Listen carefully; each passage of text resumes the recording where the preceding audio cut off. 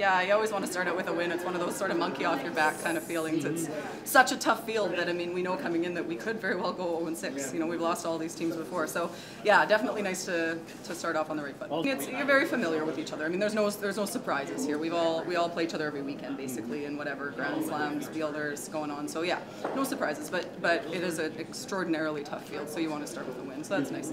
We've been really close. We've gone 4-3 in 2 different Bonds and not qualified. That's not an easy thing to do. We've sort of done everything but qualify. So we've gotten better and better the last few spiels. So we feel pretty good. We actually started out the year pretty well. We qualified in the first 2, and then we kind of lulled in the middle. So yeah, it's been a little bit tough. Certainly there was difference of expectations. You know, we weren't an underdog anymore. You know, everybody was ready to play us and stuff. And so we've sort of been on the wrong side of the inch a little bit. But we've gotten better and better the last few spiels. So we felt good coming here. We've got it's great in Manitoba to have 3 of the top whatever we are 11. I think Kathy was 11th on the order of merit. I mean, she's first or second on the CTRS, I think. So yeah, we've got 3 of the top teams in Canada. So certainly, barring Alberta, it's probably the toughest province to get out of. So yeah, it's going to be tough for sure. But I mean, again, we play them all the time. So we just try to be the better team on that day, and that's really all you can do. It was a hell of a game. I thought there's a couple of missed opportunities on both teams. You're right, I made a good one in 8 to get control, but then they had a real good chance in the 9th end. If EJ comes down on his last one and brings it right into the pocket, we're in big trouble. He ended up light and wrecked on the guard and gave us a bit of an opportunity. So it was it was a really close game, and then we got fortunate. Brad just hung out in his last one, 2-9. Yeah.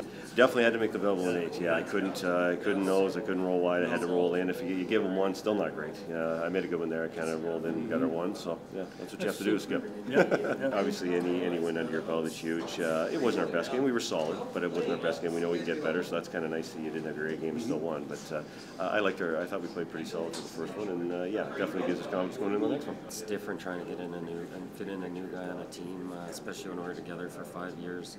So it'll take I think a couple years till we're totally comfortable. But it's going well. I mean, he's such a great guy and he's fit in easy. It's just getting used to just the little differences can make a big difference out on the ice. You're just not used to how you communicate with each other, what a guy will do in certain situations, tendencies, and that takes a while to learn.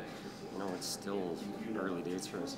Blake could throw the big hits as well too. So style-wise, it was a very similar fit for us. And we've struggled with McEwen this year. I think we've lost 4 games to him, and really close games, all of them, and a couple we let slip away. So that's the first time we beat him this year, and he's been having a hell of a year. So it's nice to get off to a good start. And, we played really well. It's definitely not the norm.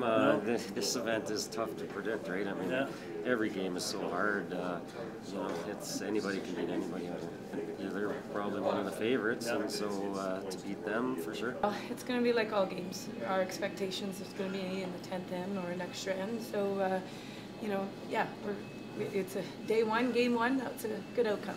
It's like any curling match. It's no longer a matter of inches. It's a matter of millimeters at times, and curling across Canada against this caliber every second weekend, this is what you get used to. You know what? I have been playing all along, even with the kids. It's just a matter of you can't practice as much or as often, and we don't make it to the big show as often. And so, you know what, Beth and I have played throughout having our kids, but it's a matter of you don't play as much.